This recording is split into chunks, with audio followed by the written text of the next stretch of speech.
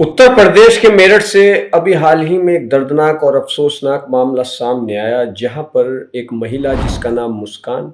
उसने अपने पति की न सिर्फ दर्दनाक तरीके से हत्या की बल्कि अपने आशिक के साथ मिलकर उसको ड्रम में चिनवाया।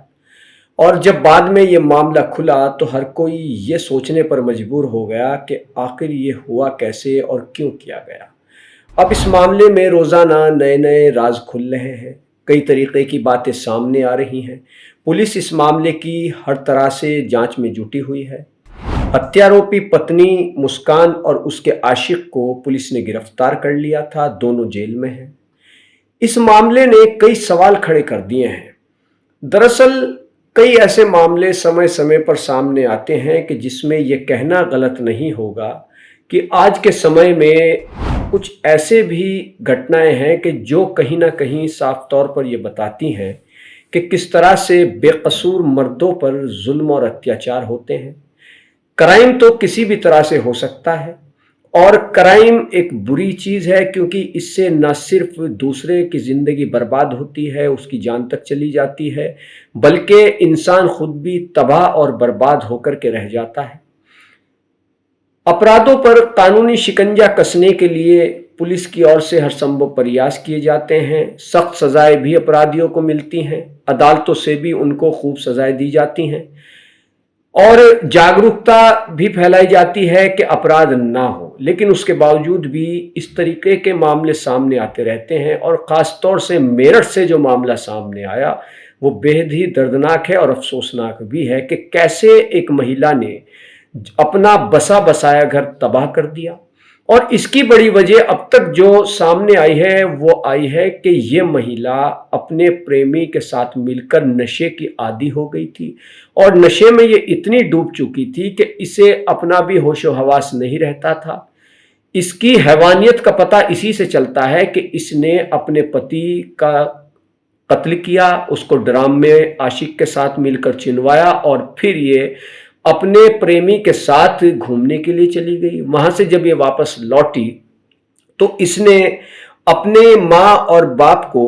ये पूरी बात बताई कि कैसे इसने अपने पति का कत्ल किया और कत्ल करने के बाद उसकी लाश को ड्रम में चुनवाया। अब माँ बाप ने ये बात पुलिस को जाकर के बताई। इस मामले में माँ बाप की तारीफ करनी होगी कि उन्होंने इस जालिम औरत का अपनी बेटी का साथ नहीं दिया और वो लगातार मीडिया में अपनी बात रख रहे हैं और यही कह रहे हैं कि हमारी बेटी को फांसी होनी चाहिए और हमारे जो दामाद था उसको इंसाफ मिलना चाहिए। वो अपने मृतक दामाद सौरभ के लिए इंसाफ की मांग कर रहे हैं और अपनी बेटी के लिए फांसी की सजा की मांग कर रहे हैं। दरअसल एक कड़वी हकीकत ये भी है कि ये तो मामला अलग है, लेकिन कई ऐसे मामले सामने आए हैं, जैसे कि बेंगलुरु से सुभाष का मामला सामने आया था, जो कि एक पढ़ा लिखा नौजवान था और उसने अपनी पत्नी और उसके घर वालों के जुल्म और सितम से तंग आकर के खुदकुशी कर ली थी। खुदकुशी किसी भी मसले का हल नहीं है,